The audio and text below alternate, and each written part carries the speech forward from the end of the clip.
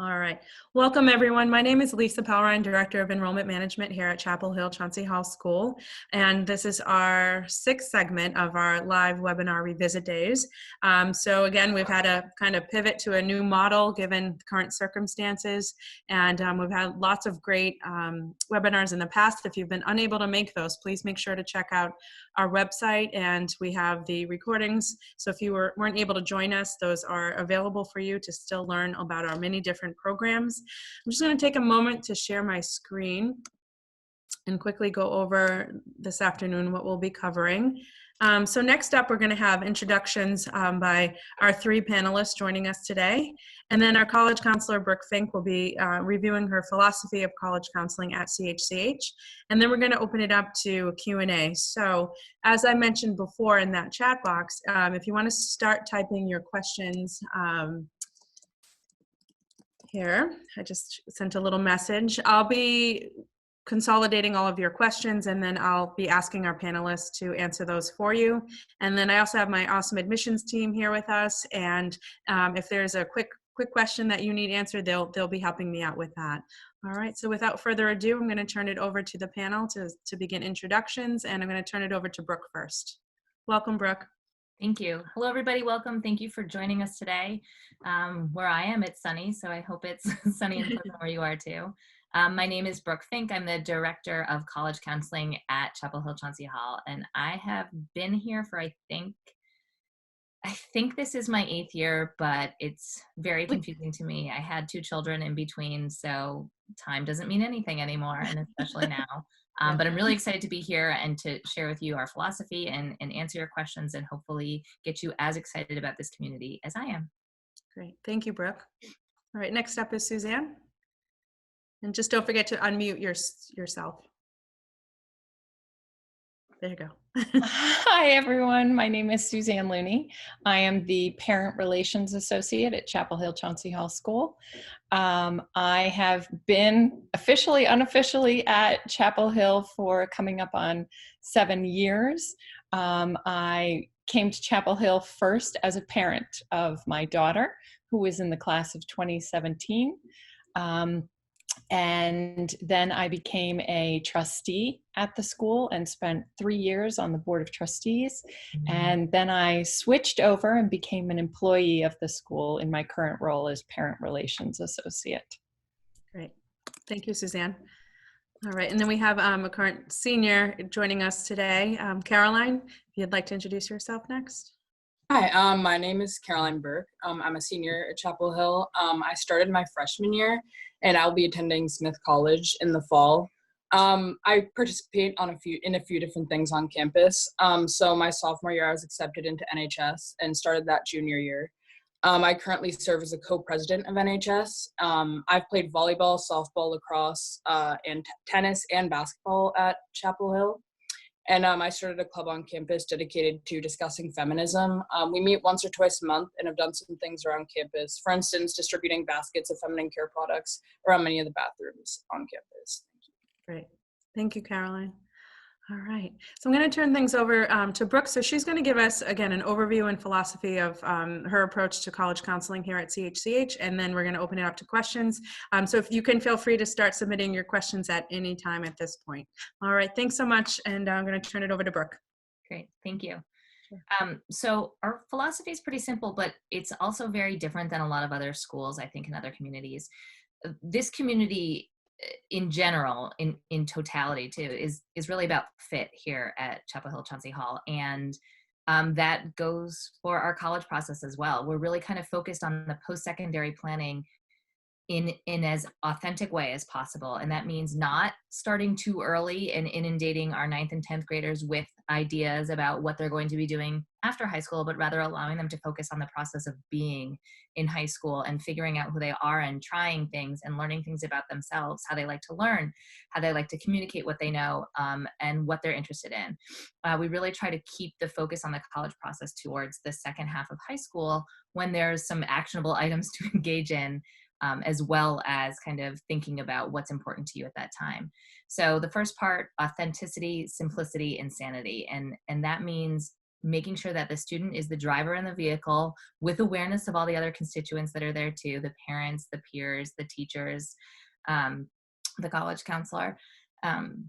But it's really a student-driven process. And that means that instead of just focusing on, well, what's the name of the college you want to go to? We're asking questions pretty early in the process about, why do you want to go to college? What inspires you? What classes do you find yourself volunteering answers in or asking questions in? Where do you like to dive in and learn more on your own about things? What do you like to spend your time doing? What are your values? Who do you like to spend time with? What type of community makes you feel supported but encouraged to take risks? So we really want to keep it simple, and we want to start with those questions because those tend to be the questions that are going to yield the most fruitful answers, because they're really about, what is this life going to be for you? And that sort of brings us to finding the right fit. It's not, there is a best fit for every student, but the best isn't singular in this case. There's often a range of options that are going to be a great fit for students. And so it's about helping students see what that Venn diagram looks like. And again, kind of figuring out the criteria that are most important to them and to their families, to their communities, to help find that fit and really ensure that you're going to be able to achieve your goals there. And what comes with that is the happiness challenge balance. So that means making sure that in your experience, you're finding a community that's going to meet your needs, that has the criteria that are important to you, that's going to challenge you. You're going to college to learn and to grow and to helpfully become the person, the independent adult who's not going to live in your parents' basement forever, who can be, you can be that person in college, and that means challenging yourself and pushing yourself and growing, but it also means being happy in that process. I usually ask students, how hard are you working right now? And if their answers are around a 7 out of 10, that's pretty good, because you need those 3 other places, you need those 3 other points to be able to engage in your community and pursue internships and network and collaborate with your peers and with adults in your community, because that's what your life is going to be like after college. So we really want to make sure that when we're considering building that college list, that it's not just about, oh, I'm going to get into the most competitive college I can, because in that experience, you're not going to have a full experience. It might be the right fit for you, but we really want to examine that to be sure that each individual student's process and finding each individual student's right fit is for them. And again, it needs to be a student-driven process. So we fully appreciate and need the input and participation of parents and other community members, but the students in the driver's seat, and we really want them to feel autonomous in this, and we want them to feel like they have some ownership of this huge decision coming down the line for them. So in a nutshell, authenticity, simplicity, sanity, a happiness challenge balance, a student-driven process, and finding the right fit. So that's the college process. Great, thank you, Brooke. All right, so if everyone wants to feel free to shoot us some more questions. We have some great ones coming in so far. But just kind of, Suzanne, a parent wants to know, just from your experience, just kind of engaging in the college process, really what stood out to you? And did you have another child in public school and have that to compare to? So would you be able to speak to that? Yeah, sure. We do actually have 2 children. So our son did go to the public high school, and it was a very different experience because our high school is large. So his college counselor had one of, I don't know, 200 or 300 kids to take care of in addition to him. So it was a very faceless process. There wasn't a great connection. Chapel Hill Chauncey Hall was the exact opposite. Brooke is very engaging, both with parents and with students, and really includes everyone in the conversation and allows everyone to have a voice, yet putting the student first and foremost, which is the most important thing. We had a very successful process. Our daughter Erin is a junior at Bentley. She applied to, I don't know, 6 or 8 schools, and all of them were good fits for her, but Bentley was definitely her first choice. She went early decision and has been very happy there. Great, good. And what's her major? Marketing and communications with a psychology minor and dabbling in law now. Wow. Nice. Yeah. Jill Bentley. That's my own. Very, very proud of her. Good. Yeah. Good. And Caroline, family wants to know just kind of from your student perspective, coming from CHCH, that's 180 students and kind of now going off to college. What do you feel like, before coming to CHCH and over your 4 years, what are some of the major skill sets you feel like you've learned and you're taking with you to feel like you're prepared to take on a larger environment? So I've always been a shy person before I came to CHCH, and I really found what made me really comfortable, and I felt like I had a voice that was heard, not only by the teachers and the faculty, but also by my fellow students. And I had gone to public school my whole life, and I was quiet, and I never really took leadership positions. And then once I got to Chapel Hill, I feel like I really came out of my shell, and I started pretty much taking on whatever I felt like I could handle. And I never thought of myself as a leader before I came to Chapel Hill. So I think having this strong background of knowing that I was able to open up here and kind of become the person that I really wanted to be and the person that I knew that I could be here.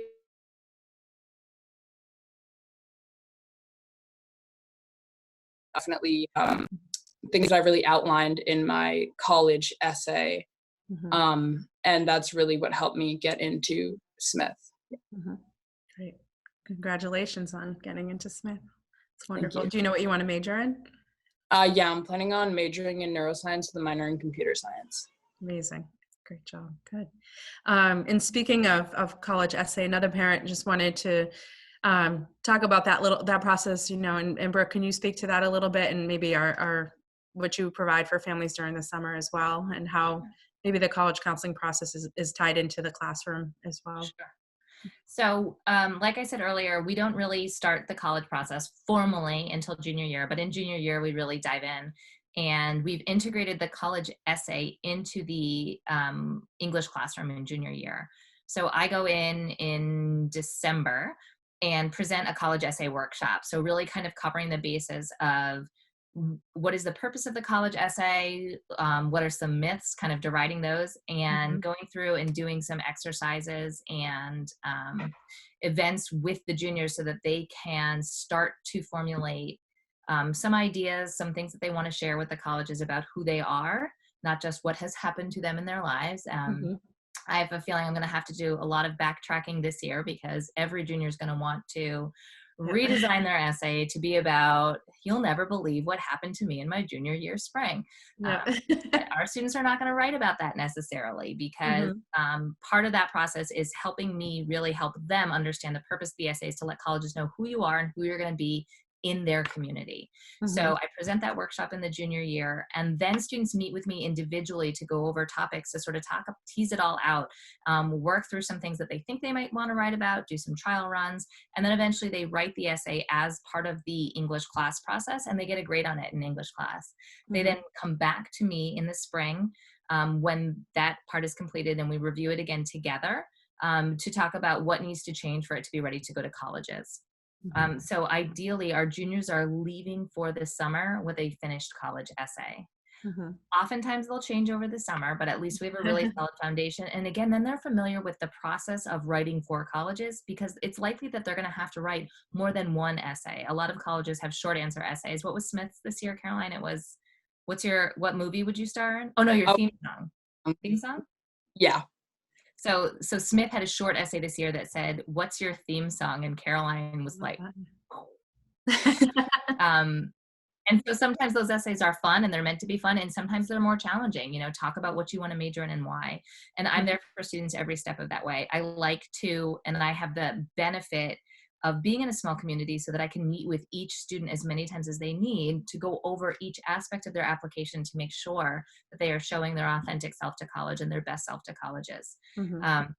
So in the summer between junior and senior year, students have the opportunity to come to a college boot camp which sadly for me doesn't involve push-ups and sit-ups, but does involve working on the college applications, starting those applications, getting everything laid out, creating a timeline and a structure, so that I can sort of continue to serve as the project manager for students in the college process and allow them to kind of take responsibility and fill in the rest. But to get as much done as we can before classes start in the fall, to take that 7th class of applying to college off their plate and allow them to focus on continuing their academic trajectory and excellence. Great. Thank you. Caroline, what was your theme song? I'm curious. I chose Who Runs the World by Beyonce. Oh, nice. Good. Obviously it worked. Awesome. Another question that has been coming up even in other segments was just questions around SAT and ACT prep. Could you speak to that, Brooke, and Sure. our approach to that? Yep. So what we've done previously is tried to both identify and support students who are going to be excellent test takers and who are going to really need to present a strong portfolio of test taking, and also support students who maybe test taking isn't going to be the highlight of their experience in high school. They're not going to need to do it again in college, and they may not need to show scores to college at all. So in order to support the full spectrum of students at CHCH, we offer a comparison test in the spring of 10th grade. This test allows students to experience both ACT style questions and SAT style questions and get feedback about which test they might have a preference for. The reason we do that in the spring of 10th grade is to take a little bit of the pressure off again and give them that space and time to say, okay, well, if I have a preference for the ACT and I think I'm going to be a strong test taker, then I can just launch right into that prep and design a timeline for test prep through junior year that's going to allow me the most opportunities to demonstrate my best work. If a student says, like, guess what, I barely have a preference for either test, testing's a nightmare for me, then we can talk individually about what the best plan is for you, right? I do encourage all students to take a test just to have it in your pocket just in case. But truly, every year, more and more colleges are going test optional. This year, many colleges have chosen to be test optional for the class of 2021. And some have expanded that to a 3-year trial run. For example, Tufts University this year said, look, we understand that there's limited access to testing, so we're going to take it off the plate for 2021, but we're also going to do a 3-year trial run to see if this makes sense for us in the long term. Testing is not the best predictor of how a student's going to do in college. The best predictor of how they're going to do in college is how they did in high school. So we want to, again, support all students in this process by giving them that early exposure and allowing them to make a choice. Again, autonomy in the process, allowing them to feel in control, because half the battle with the standardized testing is believing you can do it. So giving them a choice and allowing them to have some control and some power in that process and say, okay, they both stink, they both make me nauseous, but guess what? I think I'm going to do better on the SAT, so I'm going to go for it. Yep. And that allows our students to do that. We do offer a prep class on campus. We are not affiliated with it. We just give them the space on campus as a convenience for students. But I do like to talk to each family about what the best style of prep is for them and how to achieve that if they're going to prep. Okay, great. Thank you. All right.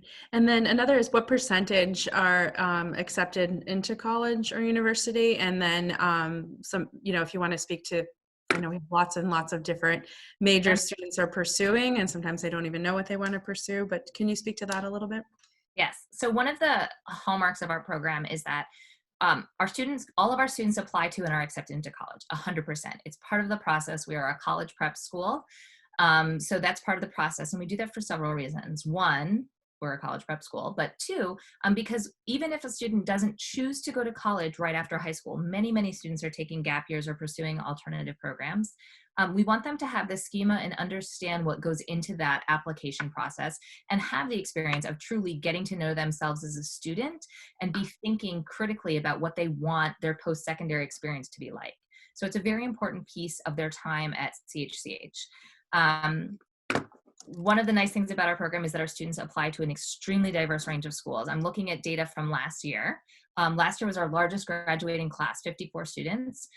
They all applied to and were accepted to college. They submitted 408 applications, and let's see, where's the 54 students applied to 177 different colleges and were accepted to 126 different colleges.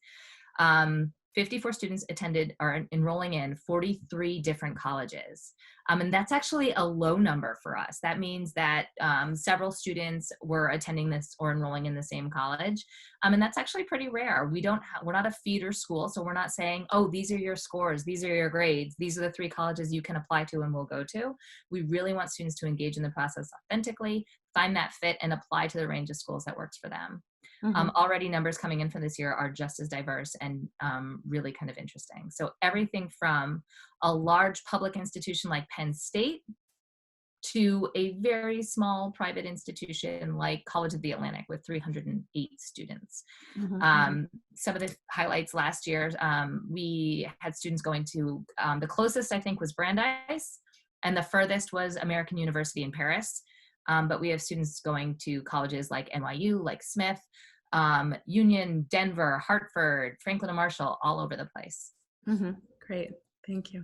And then also, this has been coming up as well. So our 2-year language requirement, just asking that, is that enough for most colleges, or are you seeing colleges and universities wanting more than that?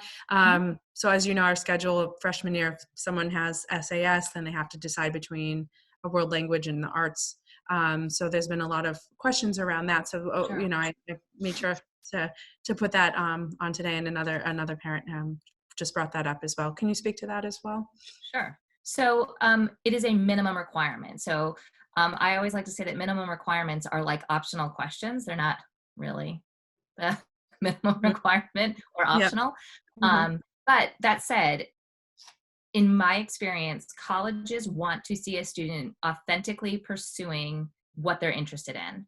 So if language is not something that's interesting to them and they want to have a more robust schedule in other areas like the arts, or doubling up in math and science, or doubling up in English and history, wherever that interest is, that's what they should be pursuing. And as long as they're meeting the minimum requirements and are not just kind of avoiding work, then it makes sense. And it's an authentic piece of their process and their timeline. And more colleges are encouraging students to do that. Of course, they'd love to see every student take 4 years of language and 4 years of art and 4 years of science and 4 years of history and 4 years of English and math. But that's often not possible. So students are assessed based on what's available to them and what their schedules allow.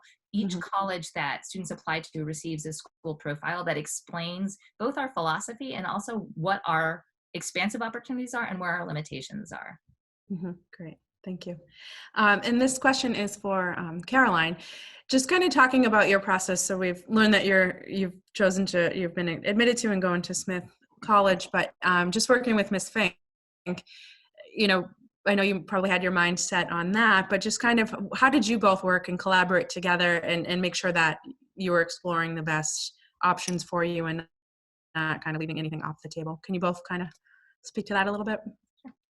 Yeah, definitely. So I had first gone into Miss Fink, and the first thing we kind of discussed is what I was looking for in a college. If I was looking for a large university type setting, or a very smaller college, and what was more comfortable for me. And then from there, we derived a list of good colleges for me to check out and look at.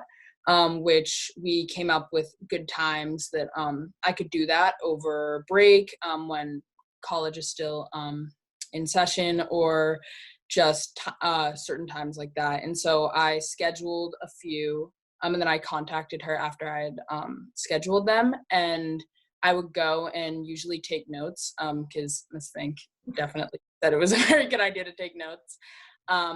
And I would go back and I'd report to her on how I kind of felt about the college. And there were some colleges that at the beginning, I was like, oh my gosh, this is where I want to go. Like, I want to ED here. And then Ms. Fink was like, you should look at other options just to see what you like and what you don't like. And I ended up coming up with a good list of stuff that I really didn't like about colleges, and stuff that I really did like.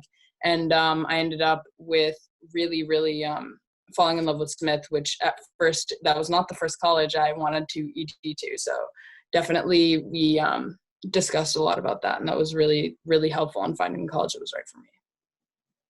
Yeah. So Caroline was really engaged and incredibly thoughtful in the process. And she kind of immediately knew, I want to go somewhere where I'm going to have to work really hard and I'm going to learn a lot, but I also want to go somewhere where I'm going to feel supported and feel comfortable taking risks. Sort of as she described early in her experience coming to CHCH, how she discovered that in a community where she felt supported and was close knit enough that she was developing these relationships that she felt comfortable taking risks. And I think that that was an important piece of her process.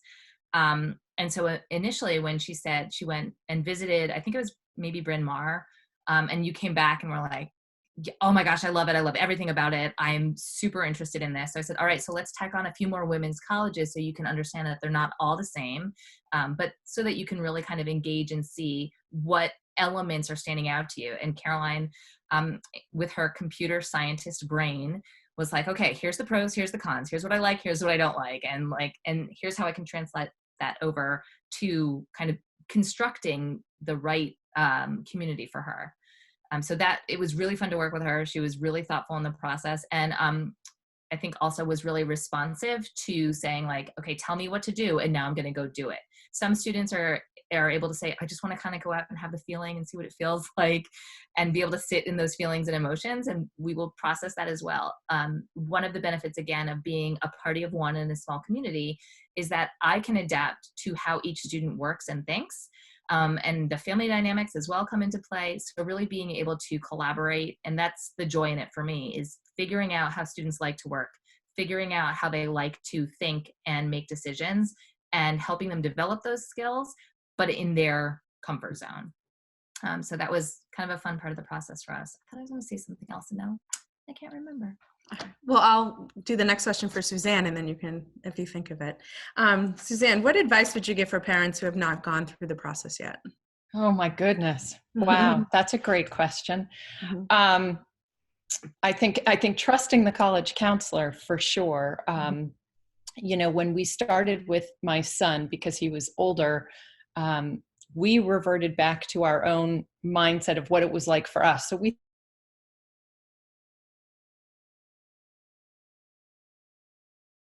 immediately just through that process with him that he needed to be the guide. We needed to be the followers.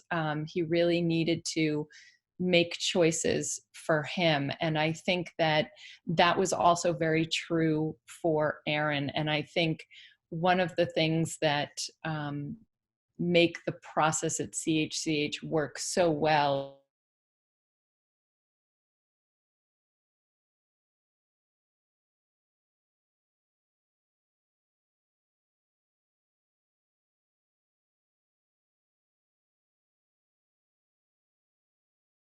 and I think she guides them very honestly. She doesn't beat around the bush. If there's something that they need to know, if there's something that is right or not right, she is very honest with the students. And I think that that's super important, because as a parent, that isn't always the easiest thing. Oh, you want to be a singer when you grow up? Yeah, I don't know if that's going to work. You know, I think that there are just things that Brooke could do and say that we as parents could not. So I think that the process is hard. It's not an easy process. And I actually found it much more stressful even for myself going through it with my son at the public school. When my daughter went through it at CHCH, there were two differences. She's a very different student than my son was, but I think the way that Brooke has laid things out and the way that she sort of gives the juniors this playbook, if you will, and this schedule of this is what we're going to do now, and this is next, and this is next. And it makes it, for me, for them, much more relaxing, much easier. I think. Great. Thank you. It's good advice. Great. Next question for Brooke. What do you feel like Chapel Hill Chauncey Hall School's reputation is amongst the admissions offices around these different colleges and universities? That's a great question. And I think, again, I'm lucky to be in a community that values kind of the role of college counseling in the college process, which sounds like a silly thing to say, but it's not, because oftentimes at large public schools, the student counselor ratio is 250 to 1. Mhm. And those counselors are responsible for the full range of guidance and scheduling and emotional support. So I have the time, because my only job is college counseling, to build relationships with colleges. We host about 60 colleges every year that come to campus to meet with our students. We develop those relationships. There is a high turnover in colleges for who the admissions officer is that might be reading for your area. They call it the 3 or 30. They're either there for 3 years or they're there for 30 years. And I think it's the same thing in high school admissions. But we have the opportunity to build relationships with colleges, and that means that colleges have the time to get to know us as a community and how we are unique. And I think the feedback I get most from colleges is that they are so thrilled that our students get to college knowing how to learn. And that's a big difference than just kind of inhaling and regurgitating a lot of content, because college professors are going to reteach all that content anyway. They are the experts, so they want to reteach all that content. But our students go to college knowing how to learn, knowing how to adapt to different learning situations, knowing how they like to take in information, how they like to communicate information. And that is by and large the feedback that I get from colleges, that our students know how to learn. I think, again, we're a little untraditional in a lot of ways. And I think that works really well for colleges too, because they get excited when they're not just reading a cookie cutter application, that there's a student that has multiple layers, that is engaged and involved in a lot of different things, and has the ability, like Caroline described, to become who they are as a person, to stretch their boundaries and capacities to really kind of learn and grow. And colleges are excited about reading those applications and being able to work with somebody who knows the students so well in this process. This year, we had multiple touch points. One of our students is going to be going to Dartmouth in the fall, and his application process was really untraditional in a lot of ways, because there were so many touch points. And you'd think that at a large, busy, elite institution like Dartmouth, there isn't that interaction going, because we don't send 10 kids to Dartmouth every year. But we have those relationships, and we're able to build them and develop them each year for unique institutions as unique as our students. Great, thank you. And then you mentioned that you have around 60 college reps visiting CHCH throughout the fall. What opportunities are there for students? Is it just kind of one-on-one appointments, or how does that process work? So generally, they're small group visits. The college rep will come.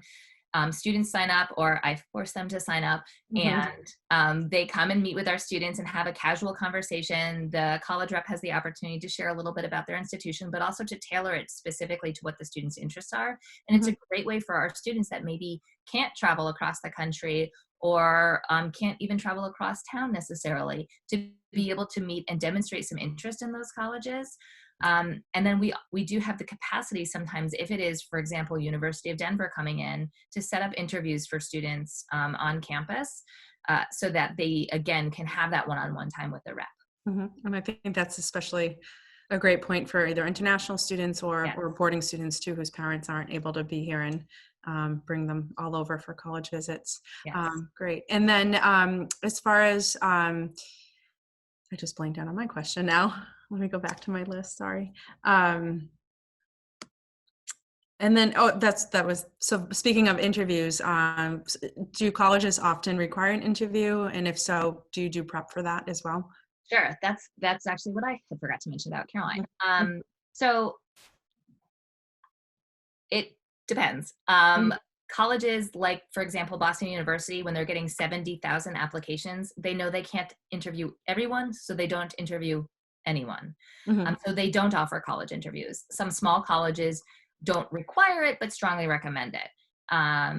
So it really depends on the college, and but what it doesn't depend on is the student. So we offer, thanks to our lovely admissions team, the opportunity that I forced on them, we offer our students the opportunity to do a mock interview with a member of our admissions team who they generally haven't interacted with since they came to the college or came to CHC in the first place. So it's a little less familiar than it would be sitting and doing a mock interview with me. So they'll do their mock interview with our admissions team and then come back to me, and our admissions officers will report back to me as well and say, hey, here's what Caroline did really well. Here's what she needs to stop doing. And here's how we can strengthen this process. So then we'll come back, decompress, and prep for their interview for their specific college by designing questions that we can't find answers to on the internet, or working on the fidgeting or gum chewing or whatever it is. And I think you did one, right, Caroline, before your interview with Smith?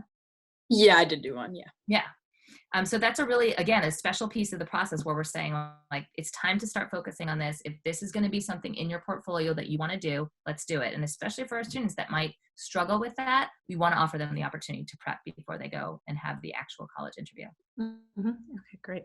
And then, Caroline, so as far as senior year and orientation, do you typically do college visits in the fall for that, just to kind of kick that off, or do you do anything special for the seniors to engage in that process? For sorry, could you repeat For your the question? senior year, in the beginning of the year, when you have, like, each year you have your orientation trip, did you do anything specific senior year for that as far as the college process, or what did the seniors do this year? I don't. We actually Oh, for our okay. yeah. All right, cool. Good. And then, Brooke, do you have any colleges that, like, local colleges for students maybe that aren't able to be with a parent, that are boarding students or international students, that you kind of have them engage with a little bit to get some practice about what to look for in a tour when you go visit schools, or is that just kind of done, just talking it out?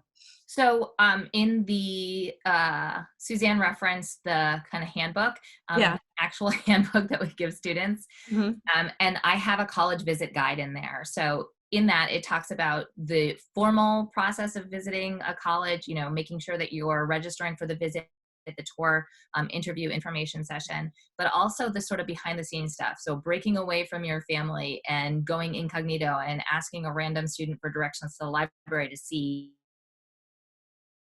pictures of the bulletin boards, to see what kind of social offerings are happening, grabbing a copy of a student paper, listening to the radio station, all sorts of things like that. So there's an extensive sort of guide to visiting colleges. We have a guide to attending a college fair and how to get the most out of a college fair and be effective in that process. Mm-hmm. We also this year switched software.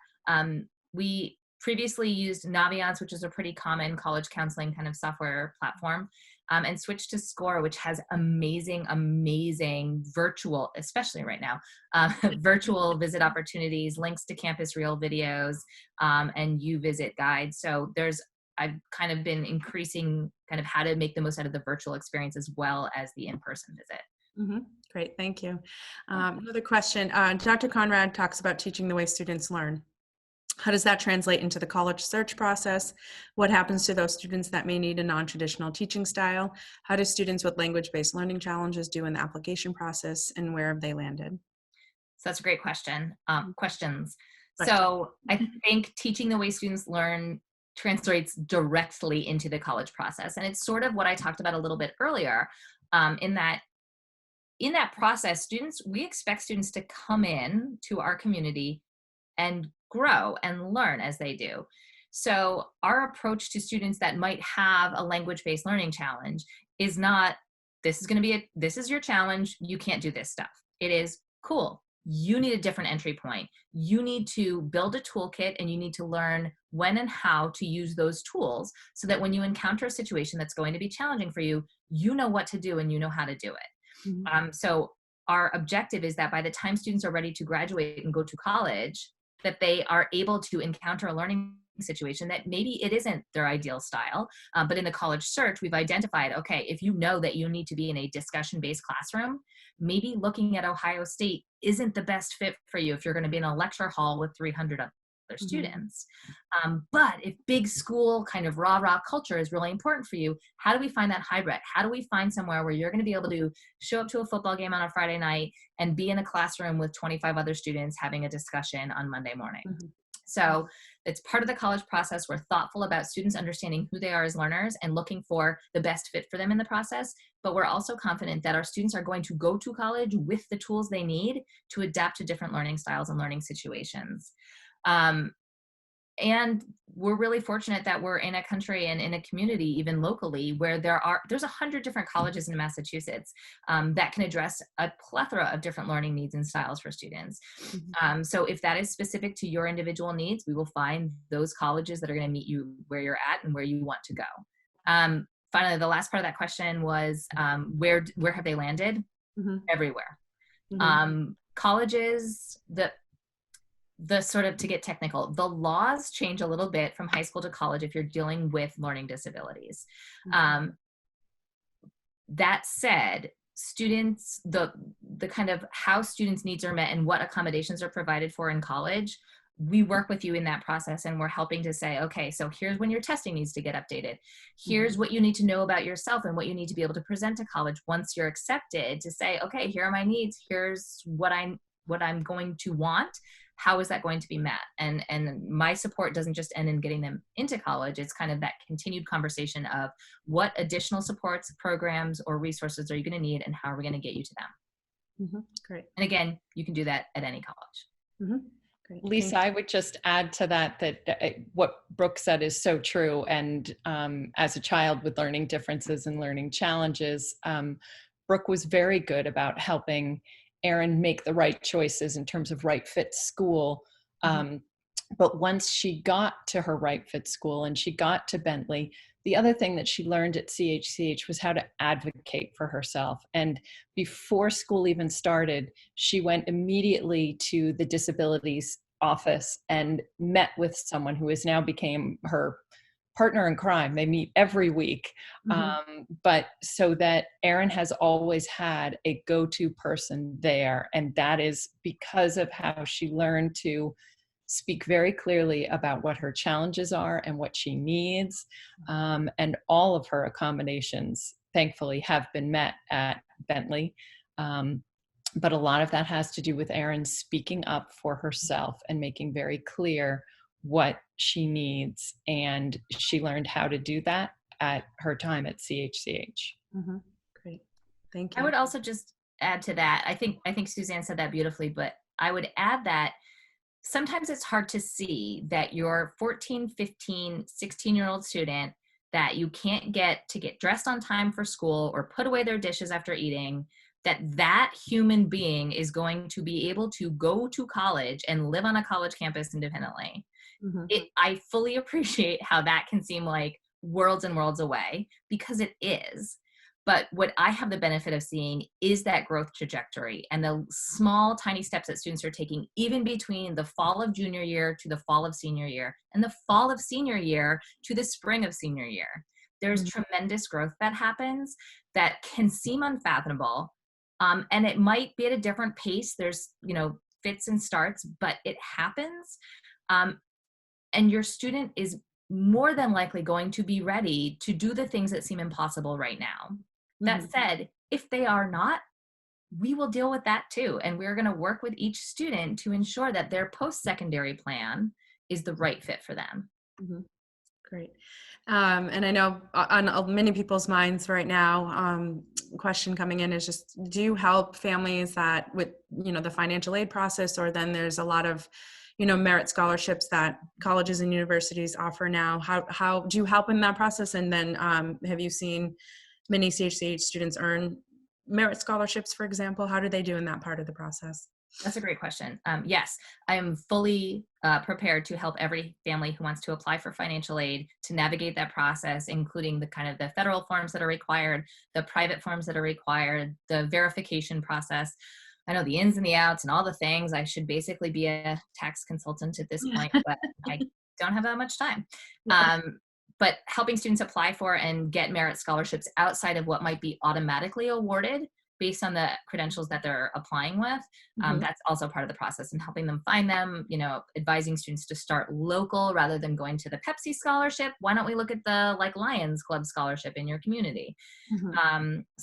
And again, kind of working and editing those essays, securing those recommendations. It's all part of our process and timeline to ensure that students are getting what they need. And our students, merit scholarships are becoming more common, even with colleges that formerly said, we don't give merit scholarships, and you got in, that's your merit award. But on top of need-based aid, as the middle kind of what was formerly termed as a middle-class family, they're getting squeezed out with the expense of college. More colleges are discounting that through merit-based scholarships. So we're all on top of it. Yeah, great. Thank you.